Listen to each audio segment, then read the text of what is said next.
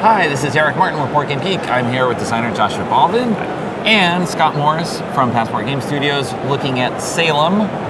And hope you could give an overview here of what's going on. Just a little news inside the game.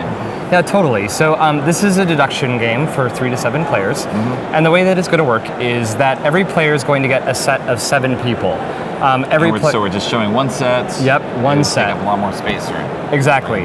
And these are secretly going to be randomized as either being villagers or being witches. Okay. So what we know at the start of the game is that every player is going to have 3 witches, and that of every color they're also going to be, or of every number, excuse me, there are also going to be 3 witches. Okay. So the way that this works is it plays over the 4 rounds, which are the 4 months of the actual witch trials. These are all historical people. It's all historically based. Okay. On your turn, you're going to choose any other player and make an accusation against one of their people by sending them to jail.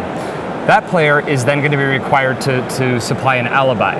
For example, they could choose treachery, which means, so if my number 1 is in jail, I could choose treachery and say, like, my number is the same, my 1 is the same as my 3. We don't know whether it's a witch or a villager, but we know they're the same. Okay. Slander is that they're different. The opposite. Yep, so I would say 1 is not the same as 2.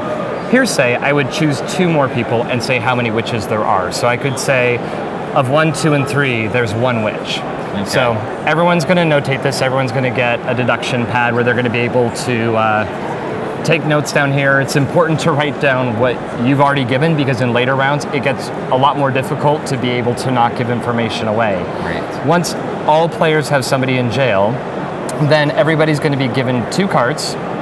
And so there's a witch card and a villager card. Everyone's going to play the card matching their person who's in jail for the current round secretly onto the gallows card. Okay. They're shuffled and revealed. So you'll know, for example, this round that there are 4 witches and 3 villagers who are in jail. Okay. At that point, everybody has a set of accusation cards. So in this case, this is a yellow set, so it has every color except for yellow, and 1 bluff card. And so based on what I've been able to do, I can play these. Everyone plays them face down at the same time, and once everyone's played, you reveal them. Any of the colors that are in jail in the current year will be hanged, and then players will actually place little accusation markers on top of them. On the back of all of these is actually the history of the true person and what happened to them, so you'd place them here. Okay. Once you've gone through for the people who actually accuse them. Yeah, so in this case, I would place one of my green tokens on purple and on blue, and I played a bluff.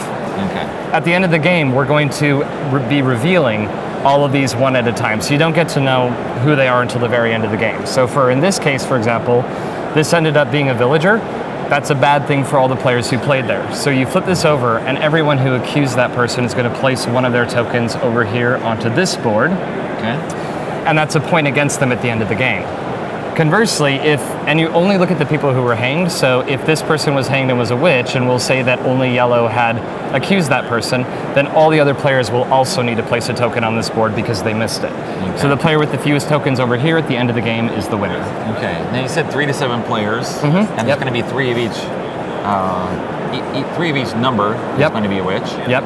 How does it work when you have fewer than 7 people? You have others out on the board as well? Yeah. So you always have those 7 groups. You're going to always have the 7, and then every player for 6, for example, will take one of the remaining, like one of the colors that's not being played, for example. Right. There's also the beginner variant of this, which is just a pure deduction game where you don't do the witch trials, so you're not trying to figure everything out. It's just simply the first player who can guess who the witches are of the unused 7th set. And that's for pure deduction people, and so it just depends on what you like. Okay. So, all right. Yeah. Anything else you missed? I don't know. I think that's pretty good. much covers it. Yeah. All right. Thanks very much for the overview of Salem, Josh. Great. Thank you so much.